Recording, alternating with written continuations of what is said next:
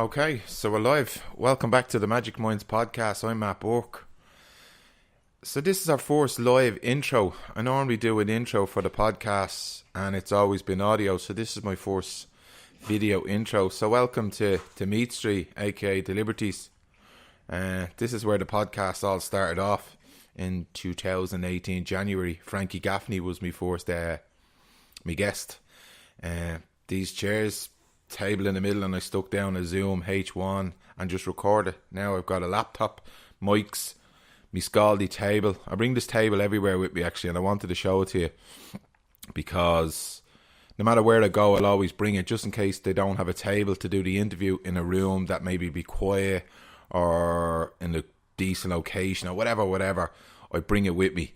It used to be a chair and then it got reincarnated into a table. So the lad in the job, Liam French, done the business and we chopped off the back, polished it down for me. So I just put it there. I've also a table over there that I use as well for here. But because I bring this everywhere with me, I just wanted to show it. That's me dog on the couch. She's here for most of the interviews. Unusual that I leave her in here because she's usually baiting around the place. But she's actually calm today, so I left her there. That's her name, Dottie. When I bought her in England, it used to be Dottie. But obviously my pronunciation of Dottie is now Dottie. So yeah, look. So this is the video. This is the start of our video podcast, and my guest last week was Packy Collins. So I done a review of it. What an absolute legend! What an amazing experience! What a brilliant club! I can't say enough about him. The lads that train up there, the environment, the whole lot. I just absolutely loved it. I listened back to it a load of times and I loved it. It was absolutely fantastic. If anybody interested in boxing, I would recommend going to that club, whether it be for fitness, professional, amateur. Check those dudes out up in the Celtic Warrior gym. Absolutely unbelievable. On the podcast today is Doctor Susan Jamieson. So Susan is a doctor in Hong Kong. She's also called the Light Doctor. So she's intuitive, integrative practitioner. She's trained as your normal Western conventional health practitioner as a doctor, and then she's integrated now this into her practice and her lifestyle and her job and everything about it. So as I say, she's in Hong Kong, and I got the opportunity to interview her. I follow her on Twitter. She's also friends with a doctor in Ireland that I really like, Dr. Neville Wilson. He's a very forward-thinking, multi-dimensional approach to medicine, and I've always found him really open-minded, and I'd actually love to get him on the podcast as well. So that's something that we'll do further on down the road. But the interview with Susan, I absolutely nearly fucked it up because there's an 8-hour time difference between here and Hong Kong, and she said 8 o'clock, and I said, is that your local time? And she was like, yeah, I think it's Greenwich Mean Time, but fucking whatever way it worked out, I thought she meant 8 here, 8 was 8 there. She had worked out the difference, but I got it wrong. And she was like, you're late. She texted me, you're late, where are you? And I was like, oh, for fuck's sake, and had to drop everything I was doing to get on the interview. So probably at the start it's probably a little bit higgledy-piggledy, but we slowly get into it. But the information she gave back and the education was brilliant around the work that she does, and it really opens my eyes up to the different types of medicine. It's something that I'm really interested in myself, so hopefully you guys can get that out of it and can add some of the stuff that she talks about. She's a really cool egg, and you can follow her on Twitter as well. So yeah, that's a really interesting interview. As always, I'll ask you to send us in your reviews or your comments or anything, any kind of feedback is brilliant for the podcast. So yeah, have a listen.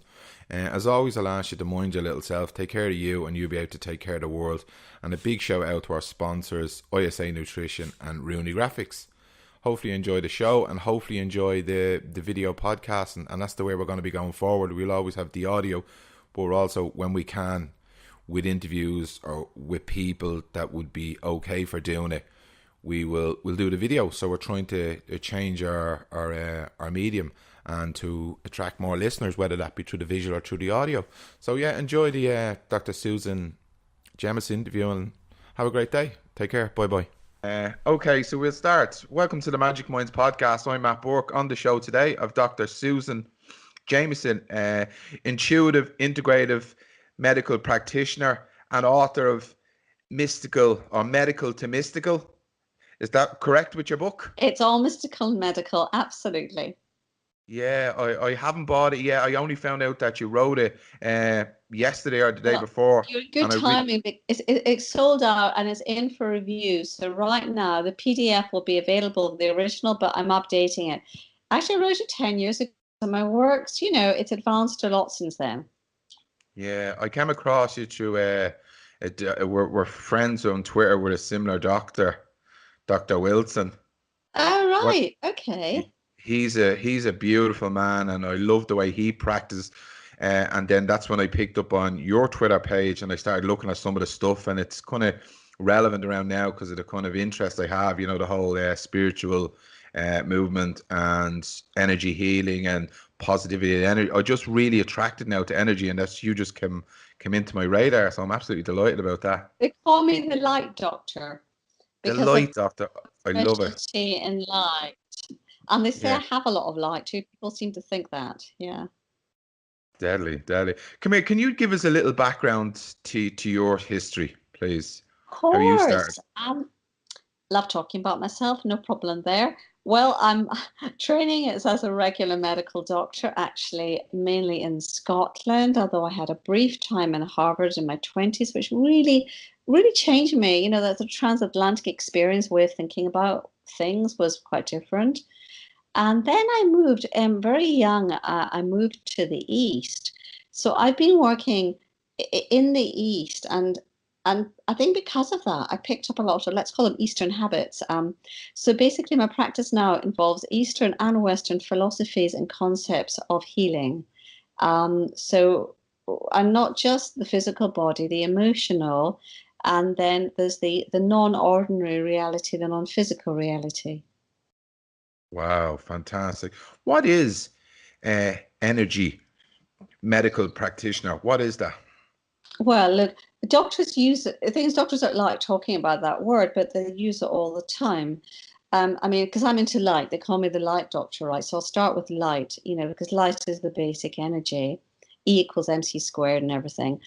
So if Einstein was fascinated by light, and I love to tell people that he had three photos on his wall. He had Maxwell, Faraday, and Henry, the Scotsman, and then the Englishman and American who discovered electromagnetic energy and inductance.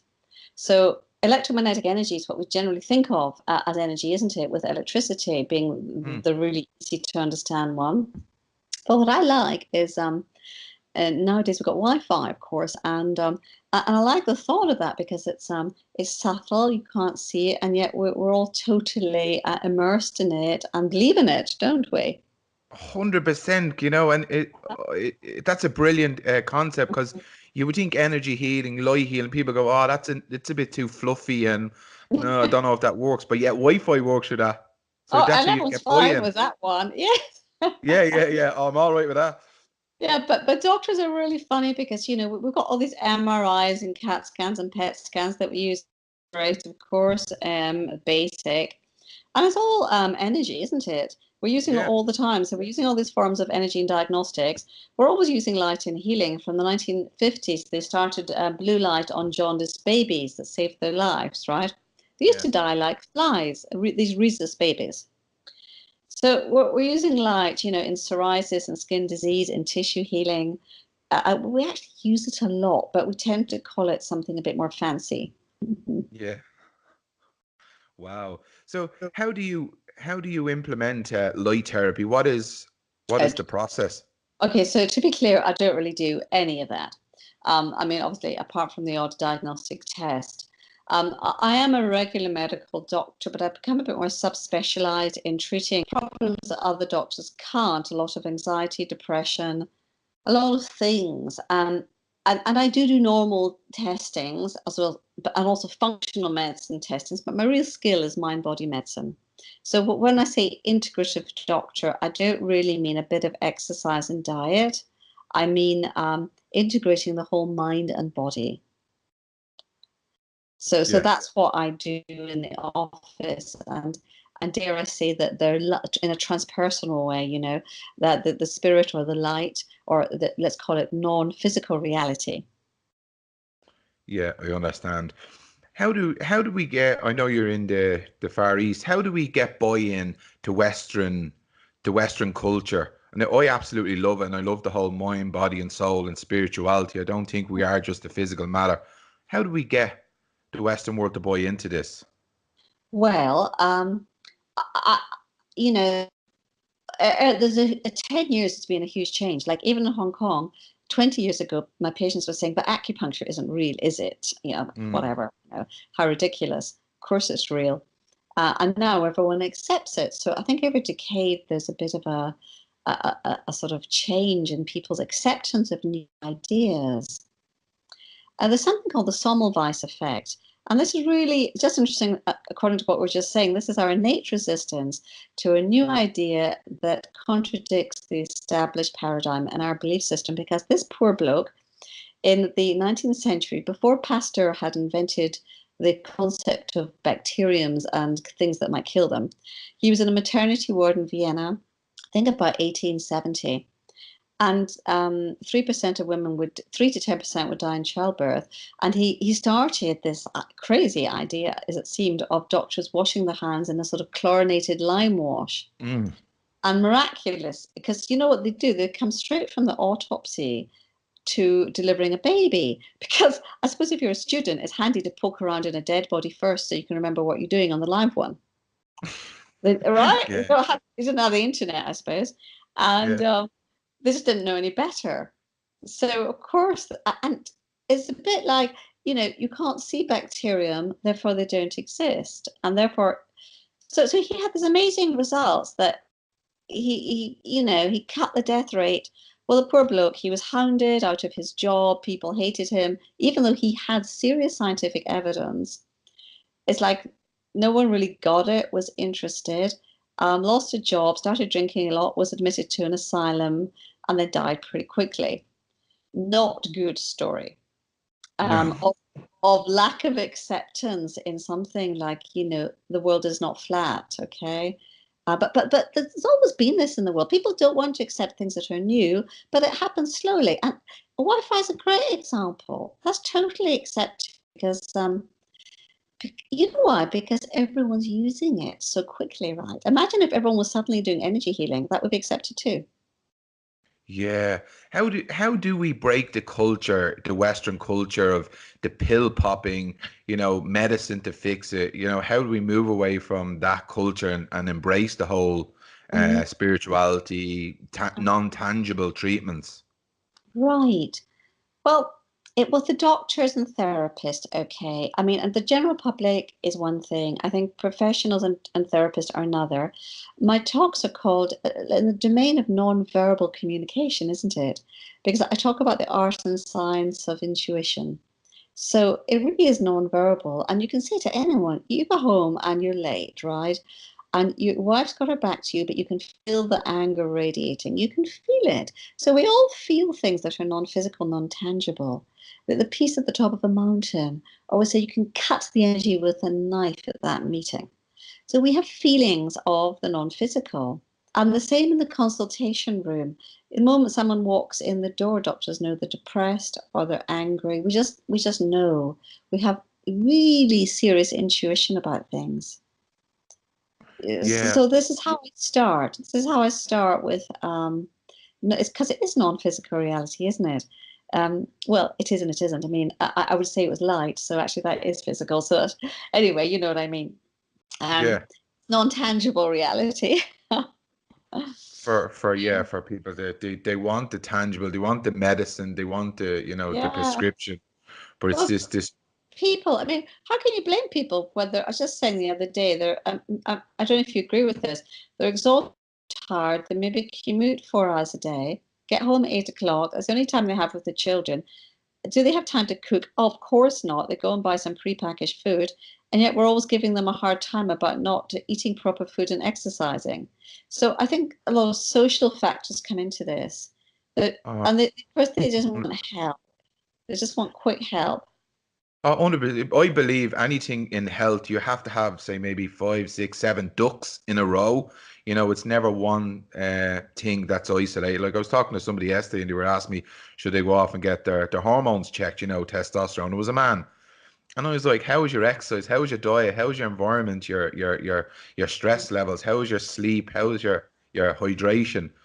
But he was checking something on the internet that said, come get your testosterone checked. And he thought it was, and I said, that's not the common denominator here. I said, it's the cumulative effect. Would you agree with that? Of course, isn't testosterone to do with exercise, I believe, as well, and affected by hypertension or obesity, and stress. Stress is a big one, right, for the hormones, all the hormones. I deal with a lot of menopausal women, and it's interesting. Stress really brings on those hot flushes. It just does. That's it. Because because it's hijack. What's it called? Cortisol hijack. Yeah, isn't that right? All our hormones get shunted into producing stress hormones such as cortisol. Therefore, there's not much to make estrogens and the sex hormones. Yeah, it can be a cascade then effect, with your high levels of Yeah. cortisol leads on to all sorts of anti-inflammatory response. What's some of the difficulties that you have experienced to try have this approach of integrative, intuitive medical practice? What's some of the challenges you face? Well, first of all, it's something that I do rather than talk about with my clients.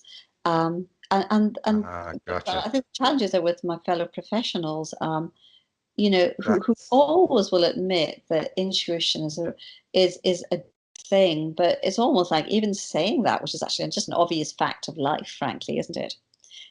Good businessmen talk about gut feelings and this sort of thing.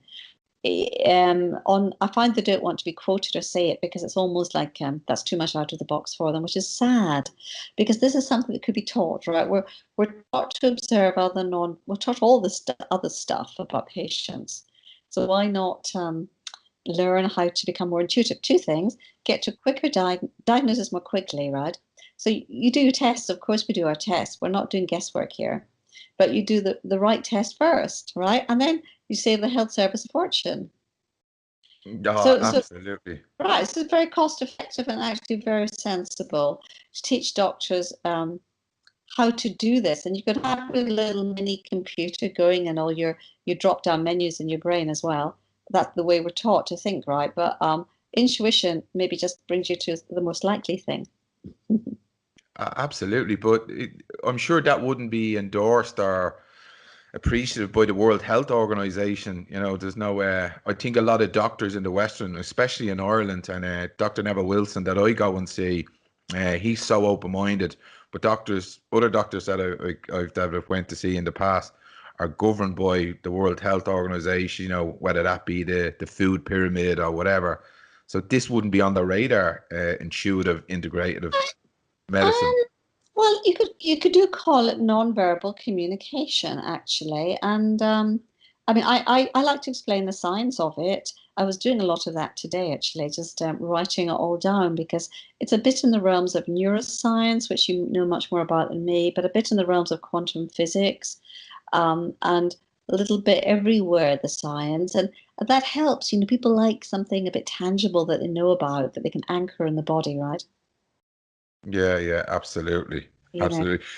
Can you give us a little insight to some of the, I know you say it's the non-verbal. Can you give us some insight into success that you have had with people that Oh, I you've would do that. implemented? Because I Uh, love the patient experience. I do really right. appreciate Nice research story. Nice and pardon?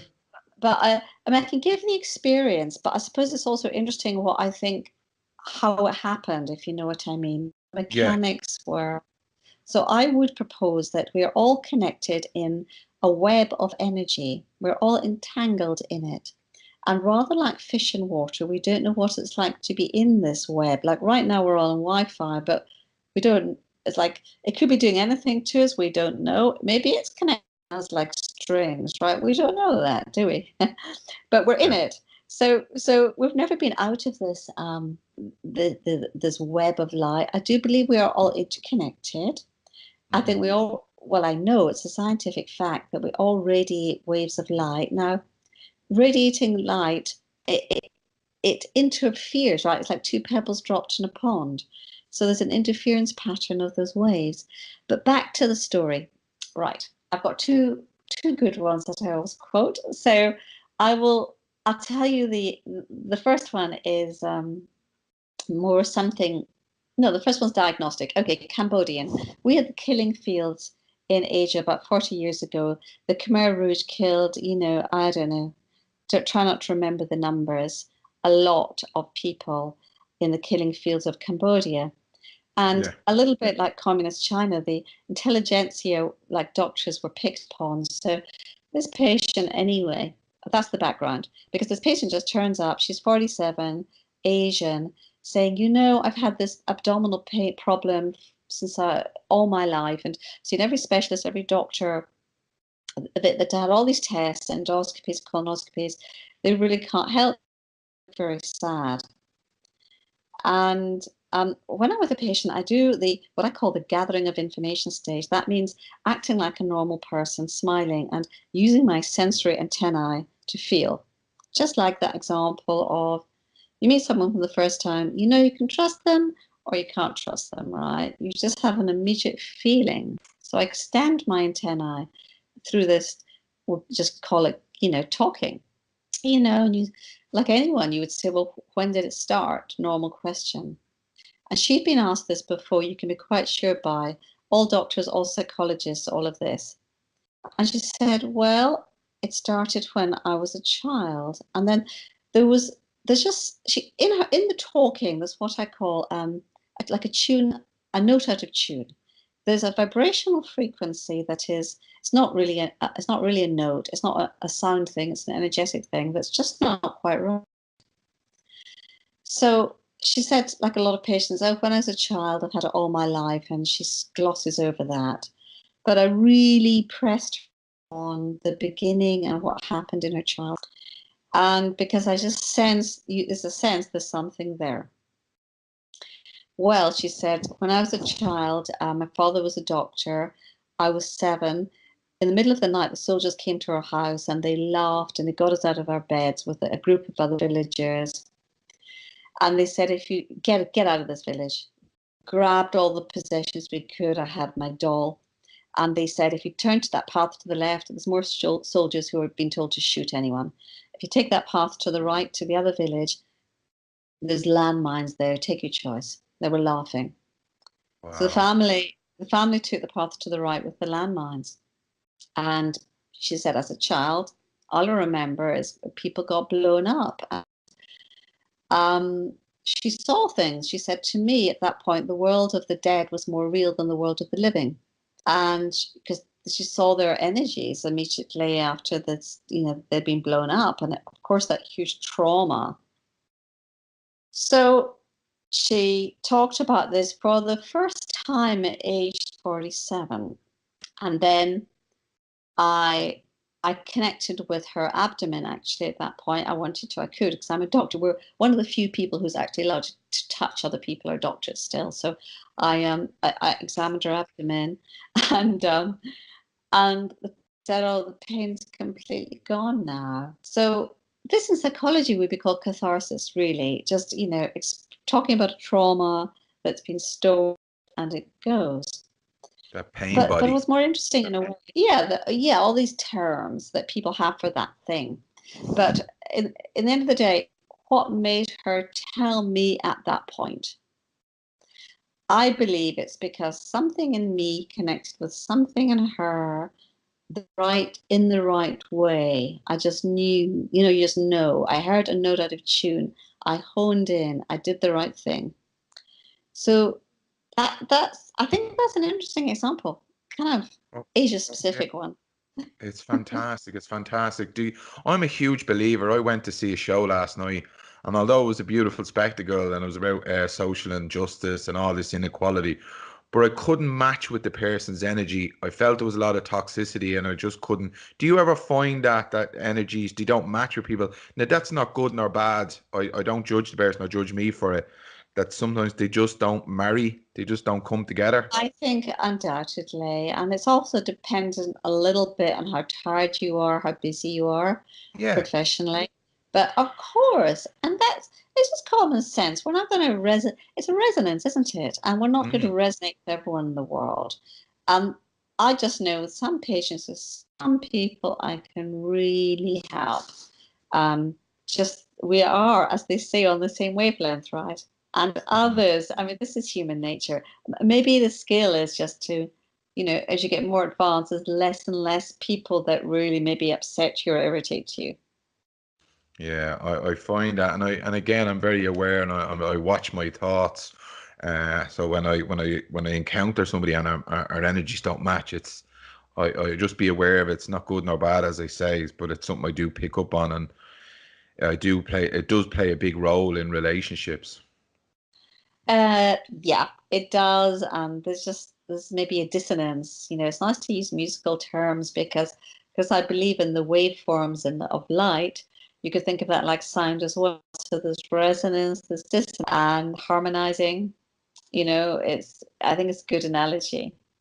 Yeah, I went to college and I done sports science, and I have to be honest with you, there was Reiki healing, there was alternative medicine on it, and a couple of years back, I was like, oh, that makes no sense to me. I'm here to learn science. Science is hardcore. It's atoms and molecules.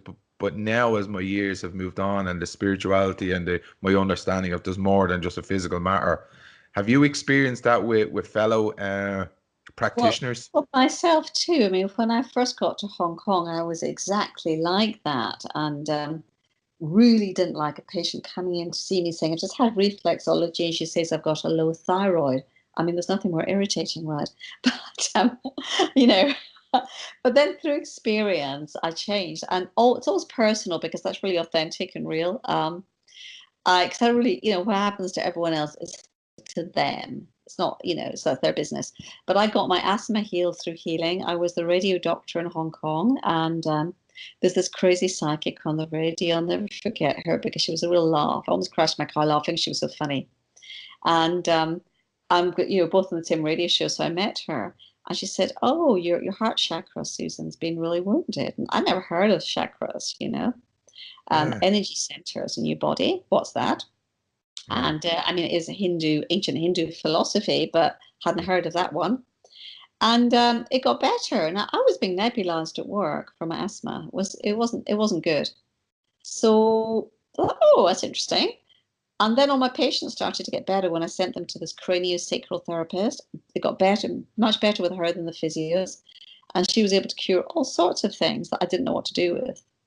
Wow. And what kind of work did she do with them? What could you give us an insight to that? Well, there was sports injuries, the usual, or the sprained ankles and stuff, the back pains that physios hadn't been able to help, for instance, obscure abdominal pains that we'd never really diagnosed, and somehow just helped things. So, so that was that. I thought, oh, what's this craniosacral? That's very interesting. It's and that then you get started, right? Yeah. What's the method? What kind of stuff do they do? What does it look like? Very sacral. Well, they lie them down on a table and they very gently touch generally the head, but sometimes, guess what, the sacrum, with no more than 2 grams of pressure. Very, very Yeah. light. It's very light touch. And the fluid circulates, as you know, in the brain and spinal canal about, it's got a rhythm of about 10 a second or something like that. It's got its own Yeah. little rhythm. It's the fluid that bathes the whole nervous system. So actually, it's really important. Seems to Mm. me no one talks about it very much. I don't know why, do you?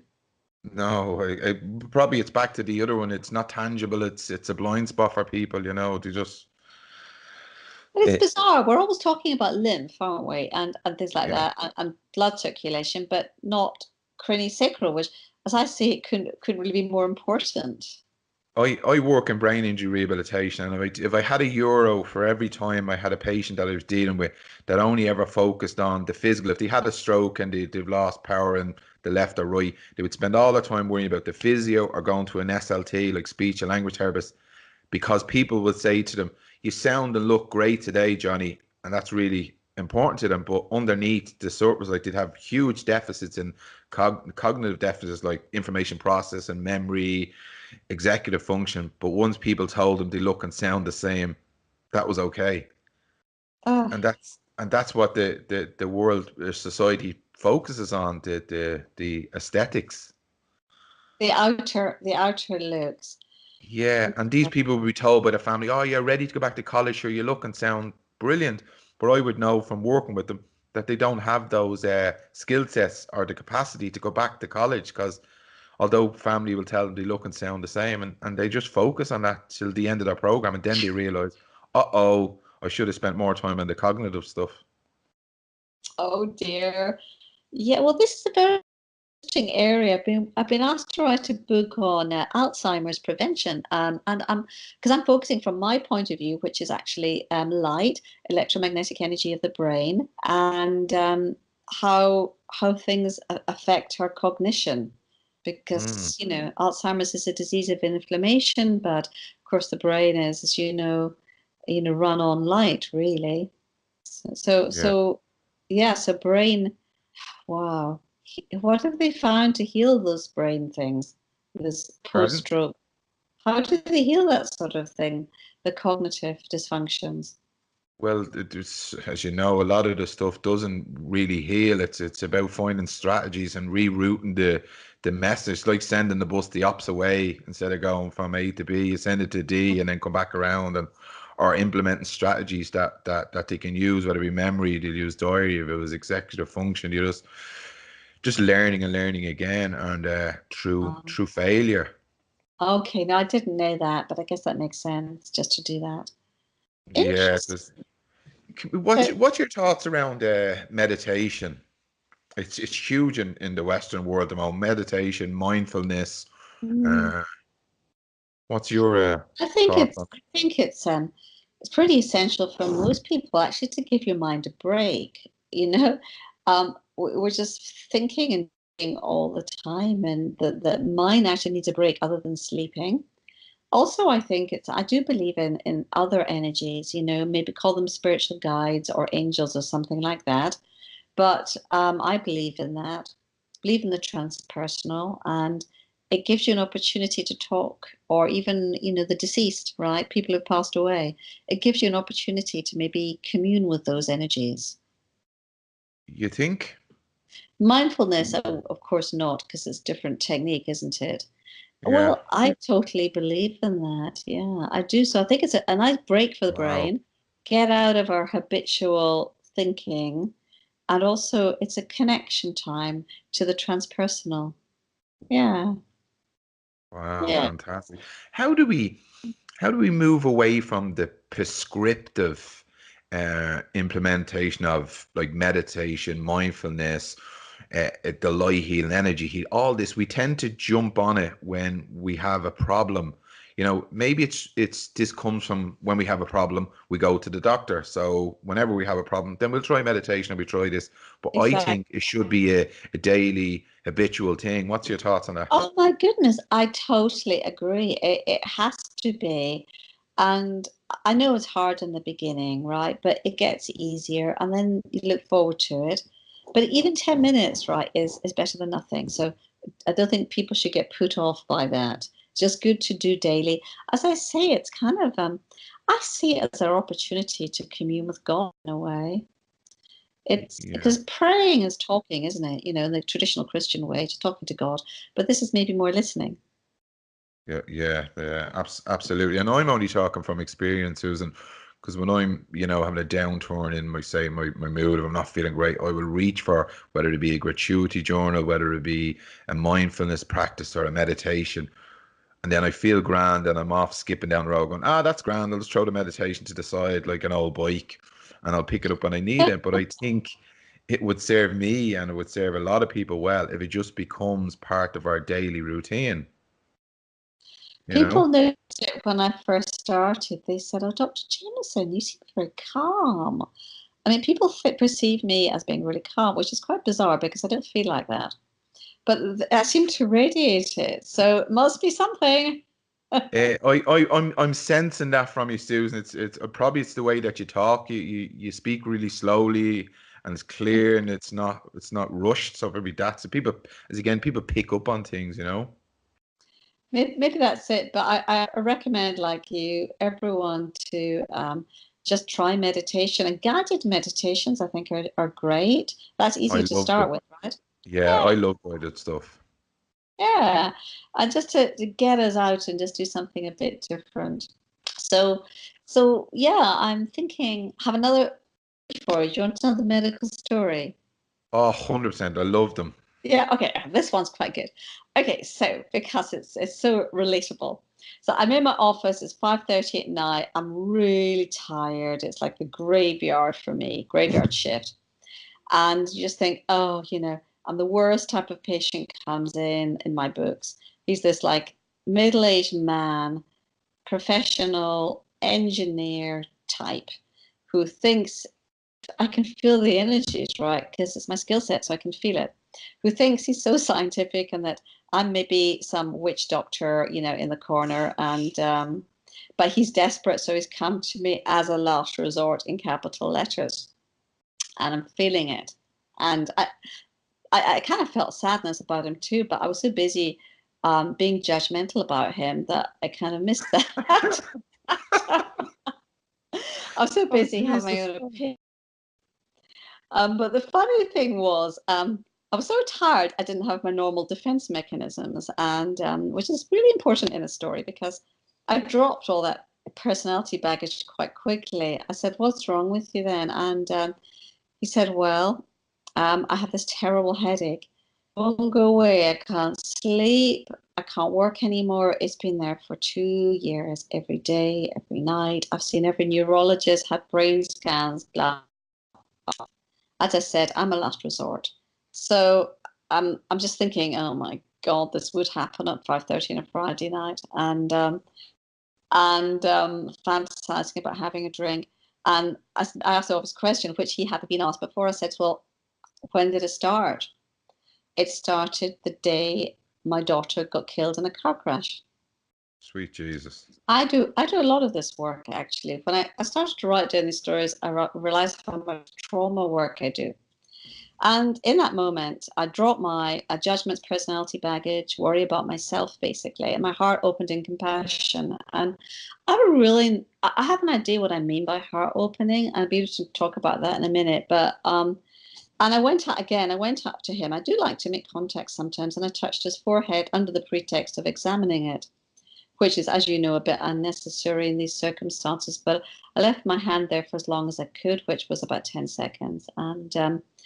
And I really didn't do anything with intent, with thought. But when I did it, my heart was open, really open in compassion. And he looked at me in surprise and he said, my headache's gone. He said, that's the first time in 2 years. And I went back to my seat. I said, well, that's good.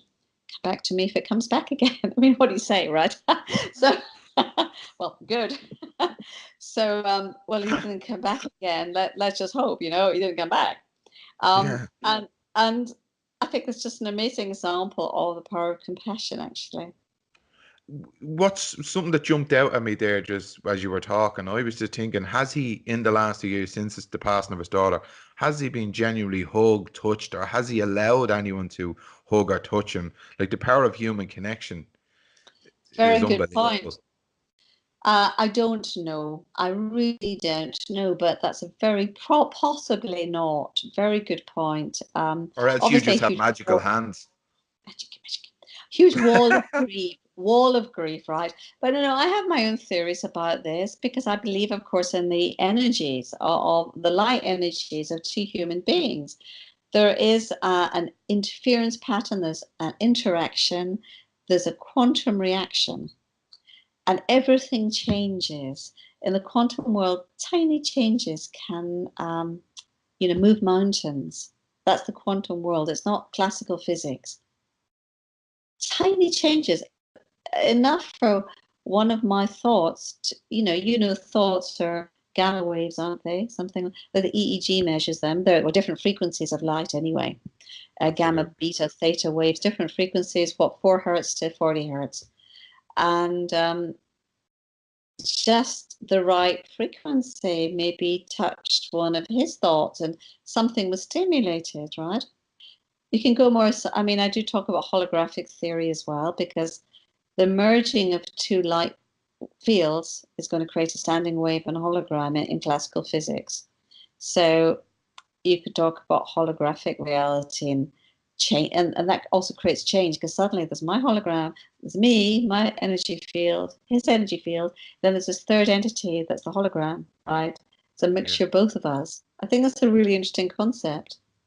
Wow. That's fascinating, actually. You were going to say something a second ago about love and kindness. Was that something you were going to mention? Yeah, well, it was more about that somehow I mean, I think compassion has a huge power because it's like it's so authentic and it's almost hardwired into our DNA.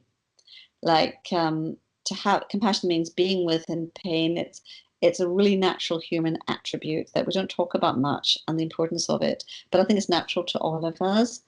It's powerful, and that which makes the connection between the two energy fields kind of like a frequency, maybe, right? A frequency that is very specific, because Mm, our emotions are energy, right? Emotion, 100%. energy, and motion. Yeah, absolutely. And we feel Uh, them, don't we? We feel miserable people, depressed people, angry people. We always feel that. Oh, 100%. I only got a realization this year, or maybe last year, I thought 2018, when I started practicing love and kindness and compassion meditation, and actually feeling that love from, when you think of a family member loving you. And it was only then when I started practicing that I could really, really honestly say that I was empathetical. I think sometimes it was just lip service. I'd say the right thing and do the right thing. But now I actually feel it, and I feel compassionate for somebody else because I have allowed that to myself. Wow. And do you ever find you get compassion burnout, as they call it? Do I ever? Oh, absolutely. And I Uh-huh. would have pretended I would have brushed that under the carpet like a lot of Irish people do, and I'd have pretended, oh, it's all okay. But now I'm very aware of it, and I give myself an easier time about it. I would have felt like I was being fraud and said, oh, you need to be compassionate all the time. But now I do get it,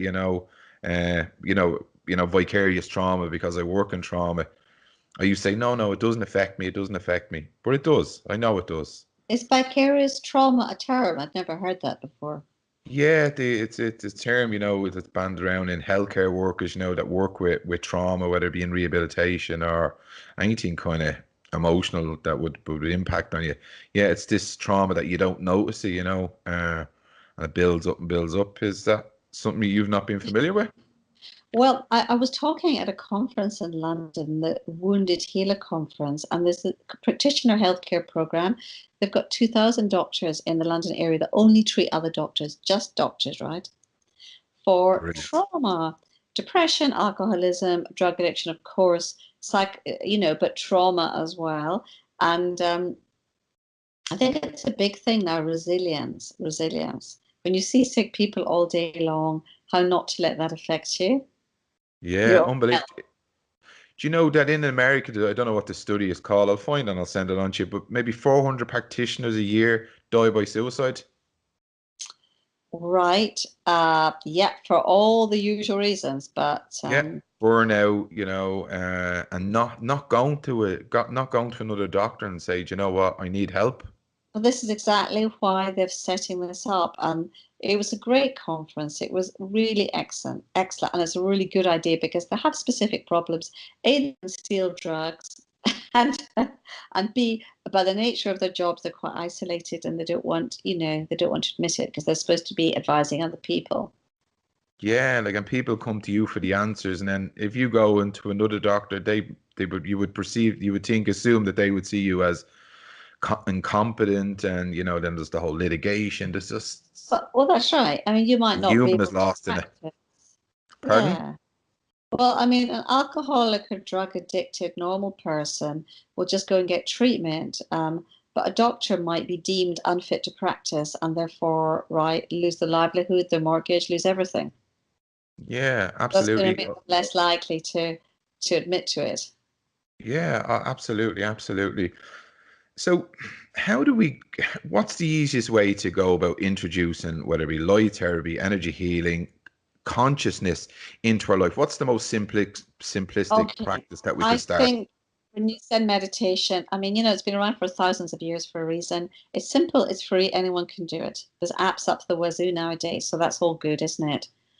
I like what you said about the compassion meditation. I teach a heart meditation I just call it a heart meditation, of the energies of heart, which are compassion, unconditional love, peace, and something else. I always forget the fourth one.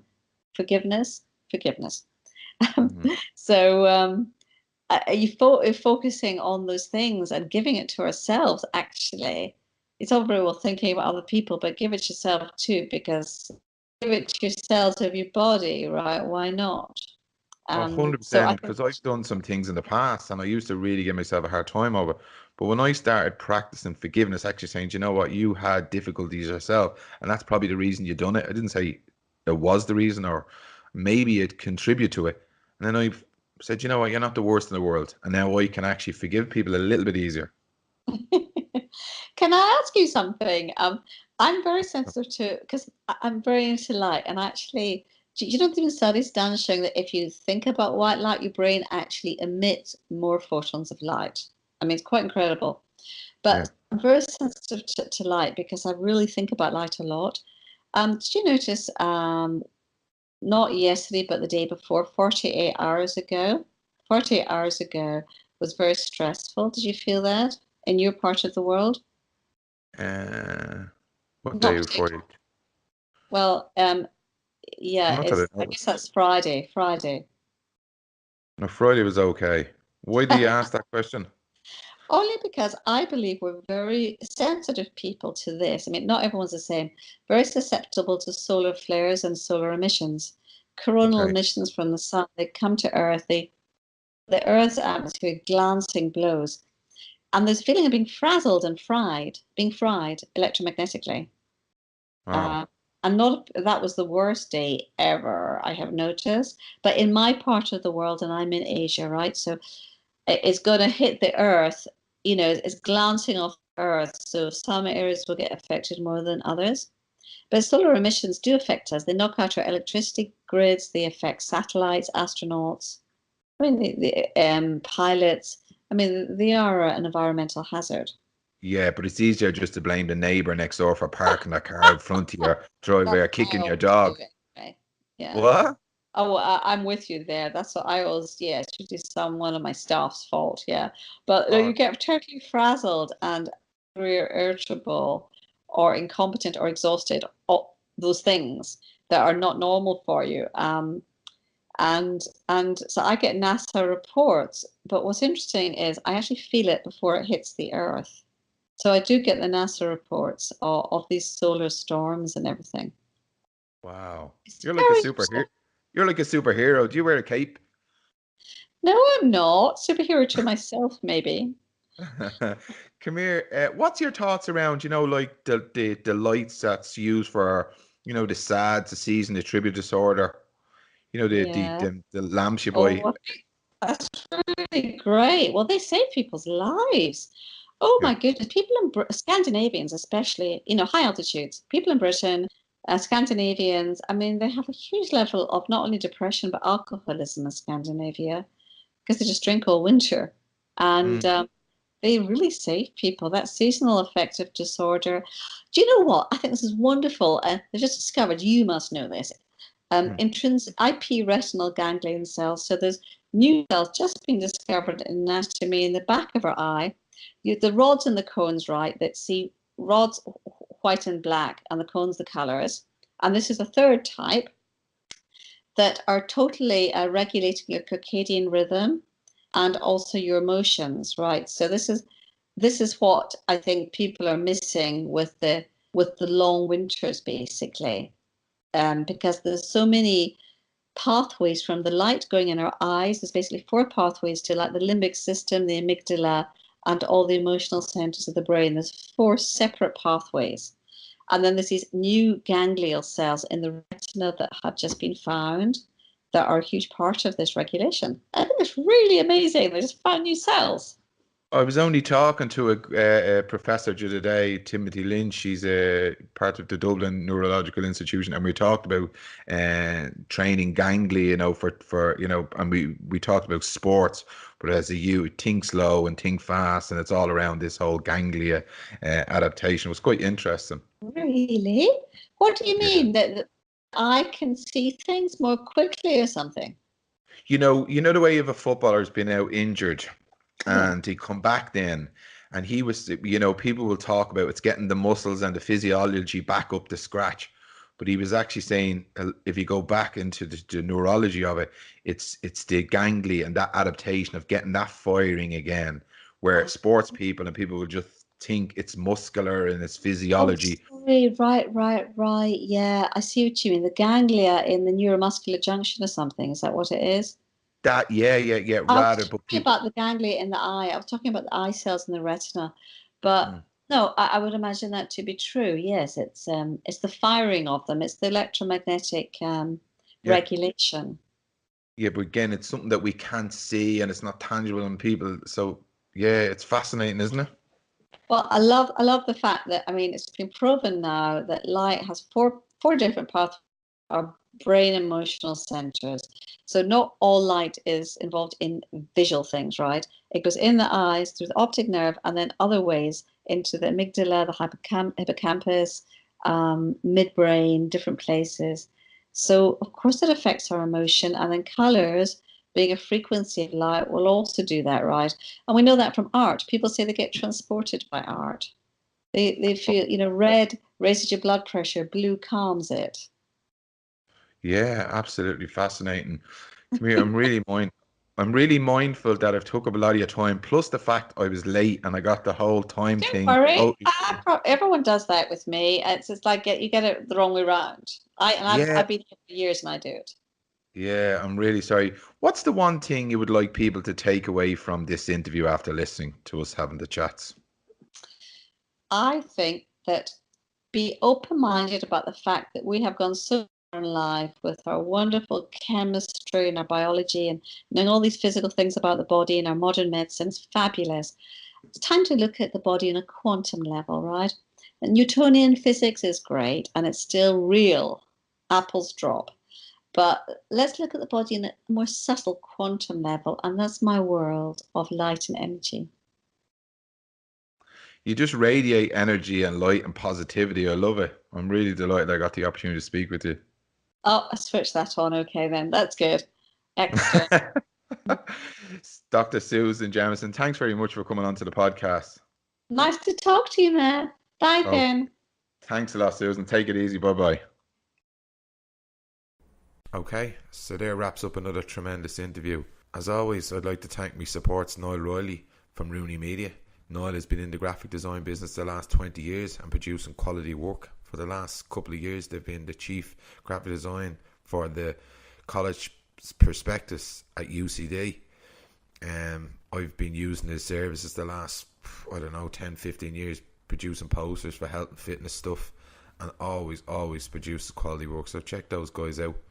Also, my old pal Carolyn Harvey from ISA Nutrition. For anybody interested in dropping body fat, gaining muscle, maintaining a healthy body weight, getting rid of some nutritional ailments, she's your woman.